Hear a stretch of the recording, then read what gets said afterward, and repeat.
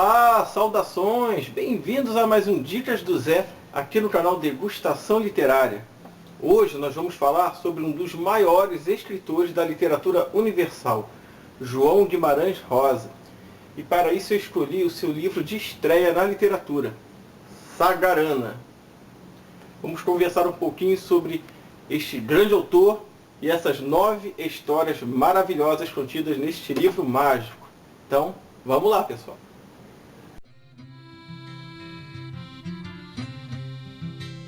Haver-nos sido pelos campos claros histórias, se deu passado esse caso, vivência, memórias. Nos gerais, a honra é que se apraz, cada qual sabia a sua distrição. Vai que foi sobre esse era uma vez das passagens. Em beira riacho morava o casal, personagens. Todo escritor, através de seus livros, dialoga com nós leitores. Porém, os grandes escritores tornam essa conversa muito mais prazerosa, porém complexa. E com Guimarães Rosa não seria diferente. Muito pelo contrário. Ele é um autor que exige muito de seus leitores. Porém, uma vez superado esses obstáculos, o prazer da experiência literária completa é muito recompensador. Então, vamos conhecer um pouquinho das características desse escritor mineiro para podermos adentrar em sua obra sem medo e poder usufruir de tudo que ela tem a oferecer. Então vamos conhecer um pouquinho do trabalho de Guimarães Rosa em Sagarana. São 9 histórias, mas eu vou focar mais na primeira, o Burrinho Pedrez. Através dela, vou mostrar algumas características desse escritor mineiro e como ele utiliza essas técnicas para tornar muito rica a sua literatura. Então, uma das características principais de Guimarães Rosa é a utilização de neologismos. Neologismos são criações de palavras novas, são invenções de palavras, normalmente através da junção de 2 ou mais palavras já existentes. A começar pelo título Sagarana, nós já temos um neologismo. Saga vem dos países nórdicos, escandinavos, significa relatos épicos, heróicos, lendários. Irana vem do tupi. Olha só a junção que Guimarães Rosa fez. Irana é semelhante a, em forma de. Então Sagarana pode ser traduzido como em forma de relatos heróicos e lendários, ou então narrativas em formas de lendas. Então é maravilhoso já começar com o título nos fazendo a pensar um pouquinho sobre o significado da palavra Sagarana. Bom, são, como eu falei, 9 histórias, e eu vou focar no Burrinho Pedrez, vou falar das outras, sem nenhum spoiler, fiquem tranquilos, para mostrar cada uma das principais características desse autor. Não vai dar para falar sobre tudo, senão o vídeo ficaria imenso, mas é um aperitivozinho deste escritor com uma técnica ímpar, sabe? Com uma forma de escrever, uma forma narrativa que vai deixar vocês deslumbrados. Bom, o Burrinho Pedrez, eu já comecei utilizando um recurso que no passado eu acho que os leitores de Guimarães Rosa teriam vários problemas, já tiveram muitos problemas, porque tinham que sacar do dicionário constantemente. Eu hoje utilizo o celular, o Google, e pesquiso as palavras. Então, pedrez significa algo como uma cor semelhante à pedra, devido à sua pelagem que mistura o preto com o branco e com o cinza, ele fica com uma cor semelhante à pedra. Aí eu estava lendo, o cincerro, o que seria isso? Então, é um sino que se coloca no pescoço dos animais para fazer barulho, para indicar que eles estão chegando. E aí você coloca no Google, em imagens, isso te ajuda a vislumbrar ainda mais, a mergulhar mais na história. Então eu utilizei muito o celular para ler os contos de Guimarães Rosa e foi uma experiência fantástica utilizando esse recurso. Então aqui nós temos o Burrinho Pedrez, que é um burrinho que já está velho, aposentado, estava lá no seu canto, bem quietinho. E o dono das terras, né, o coronel Saulo, coronel é como chamavam os grandes latifundiários, né, os grandes donos de terra, ele precisava levar uma boiada para ser vendida em outra cidade.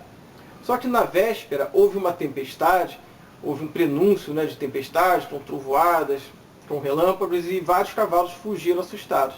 Então ele começou a recolher os animais para a montaria, mas um peão ficou sem o seu cavalo. Então, inadvertidamente, o burrinho pedrez começa a passear ali pelo local e se torna alvo do desejo do coronel em conseguir montarias para os seus peões. O burrinho pedrez, ele não conhece aquela máxima, como diz aqui no livro, quem é visto é lembrado. Então, ao passar em frente à varanda, o burrinho pedrez é visto pelo coronel, então ele é cooptado, ele é utilizado, escolhido para a montaria daquele peão e participar de uma grande aventura. Aqui nós temos uma característica de uma saga. Os heróis do passado, né, eles muitas vezes não queriam uma vida calma, tranquila, eles queriam realizar grandes feitos para que fossem lembrados em gerações através de gerações. Por exemplo, Aquiles, ele preferia uma vida breve, mas que realizasse um grande feito e seu nome se tornasse imortal. Aqui o burrinho pedrez, claro que ele não pensa isso, porque Guimarães Rosa não dá características humanas. O burrinho pedrez não é antropomórfico. Ele não utiliza o burrinho como uma metáfora dos desejos humanos, como se o burrinho pensasse, agisse. Não, ele age como um burro mesmo, mas um narrador em terceira pessoa nos dá todo o panorama da história. Então o burrinho, inadvertidamente, acaba deixando a sua vida, que antes não teve grandes fatos, que nada digno de nota, como diz o próprio Guimarães, quando ele começa a contar a história pregressa do burrinho, passou nas mãos de vários donos, e diz que nada disso vale fala, nada é digno de nota. Então ele morreria e se tornaria esquecido. Mas ao participar desta aventura, seu nome poderá se tornar lembrado nas rodas de peões, nos causos, através de gerações e gerações. Então o burrinho foi ali, como se diz, alistado para participar da boiada, e lá foi ele não muito satisfeito. Então inicia-se a jornada, e você vai perceber outra característica desse autor, que é a poesia, a linguagem poética na prosa. Você está lendo a história e de repente começa a perceber uma mudança de ritmo, uma musicalidade nas palavras. Isso não está gratuito aqui não. Para descrever o andar dos bois, da boiada, Guimarães Rosa utiliza dessa linguagem poética para imprimir uma musicalidade, um tom diferente, efeitos sonoros, para descrever, para fazer se assemelhar ao movimento lânguido assim dos bois, aquele movimento lento, ondulante. Olha só como é que ficou bem interessante. Devagar, mal percebido, vão sugados todos pelo rebanho trovejante. Pata a pata, casco a casco, soca a soca, fasta vento, rola e trota. Cabisbaixos, mexe lama pela estrada, chifres no ar. A boiada vai como um navio. Então, a narrativa, ela ganha esses ares de poesia para semelhar o andar, o caminhar dos bois. Então, Guimarães Rosa tem muito dessas características que torna a sua escrita muito complexa e muito rica. Então, continuando. Como eu disse, uma das características principais é o neologismo, que é a criação de palavras novas, a invenção. Ele inventava muitas palavras. Só que existem outras que não foram inventadas por ele. São os arcaísmos. Ele pega uma palavra já em desuso, uma palavra que não é mais utilizada, mesmo no tempo que foi escrita essas histórias, ele pega essa palavra e resgata essa palavra. Ele andou pelo interior do sertão mineiro e foi recolhendo o palavreado, as histórias, os causos das pessoas da região e anotando em um caderninho, porque ele também foi médico antes de escritor. Então ele é aquele médico itinerante que ia através das cidadezinhas.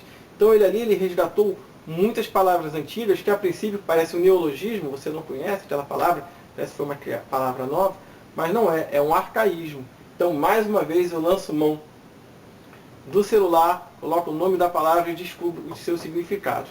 Você pode ler sem fazer essas interrupções, que normalmente dá para entender o que ele quer dizer, mas torna a leitura muito mais prazerosa se você realizar essas investigações assim, que nos remetem a um tempo muito antigo, um tempo já esquecido, até mesmo já naquela época. Então são os arcaísmos de Guimarães Rosa. A Volta do Marido Pródigo, uma história muito divertida, trata daquele personagem bem conhecido de nós brasileiros, que é o malandro, o esperto, aquele cara que podemos dizer que é safo, que enrola um, enrola outro, totalmente irresponsável e vai conquistando seu espaço através de maquinações. Uma história bem divertida, contrastando com a próxima história, que se chama Sara Palha.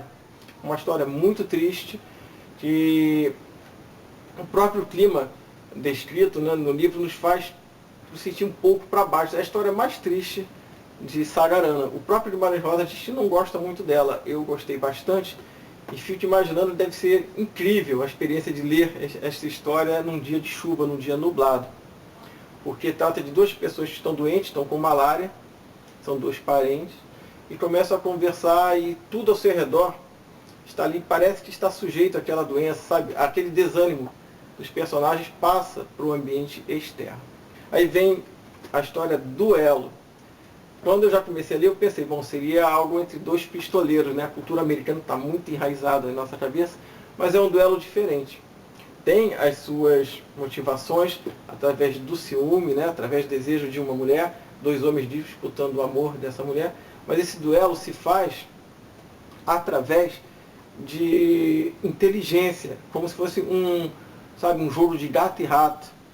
Não é aquele duelo que marca-se a hora, fica um na ponta da rua, outro na outra e sacam seus revólveres. Não, é um duelo de inteligência através dos sertões mineiros. E ali vi uma descrição maravilhosa de toda aquela região.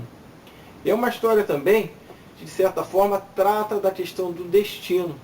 Como nós humanos traçamos nossos planos, fazemos nossos planejamentos para a vida, traçamos até estratégias, mas o destino parece interferir constantemente e modificar toda a situação. A literatura de Guimarães Rosa, ele é chamado de regionalismo universal, que parece um contrassenso, mas justamente por isso. Ele descreve os peões, descreve a geografia mineira, descreve o modo de falar daquele povo, mas que é a característica do regionalismo, mas ele é igualmente universal, porque trata de temas que transcendem esse mundo, como o ciúme, a inveja, o destino, a questão do bem e do mal. Tudo isso aí está inserido em suas histórias, que podem ser lidas em qualquer parte do mundo, em qualquer tempo, porque toca o ser humano. Faz parte da natureza humana esses questionamentos, esses sentimentos. Então, ele não dá respostas, mas nos faz questionar através de suas histórias regionais. Vamos passar para outra aqui, bem rapidinho. Minha Gente. Essa história começa já com uma pista, porque são duas pessoas que gostam muito de xadrez. E a história, mais para frente, parece um jogo de xadrez. Parece que os personagens, somente uma das personagens, está jogando com as outras pessoas, utilizando como peões para conseguir seu objetivo. Então parece realmente um jogo de xadrez. Mas o que eu mais gostei aqui foi a descrição da natureza. O personagem vem a cavalo e vem observando tudo à sua volta. Então é uma descrição maravilhosa. E aí eu lancei mão do celular para descobrir o nome de determinadas aves, árvores, acidentes geográficos que eu não conhecia. Então lançava ali no Google e via a imagem. Foi uma experiência deslumbrante essa história chamada Minha Gente. Vem a história São Marcos, que também é bem interessante, trata um pouco de magia, um pouco de misticismo, porque Guimarães Rosa ele também era muito místico, muito religioso. Então ele buscava também esse aspecto fantástico em suas histórias. Por isso Sagarana. Não só apenas relatos heróicos, são relatos sobre lendas, né? Relatos lendários. Porque ele vai no misticismo do povo.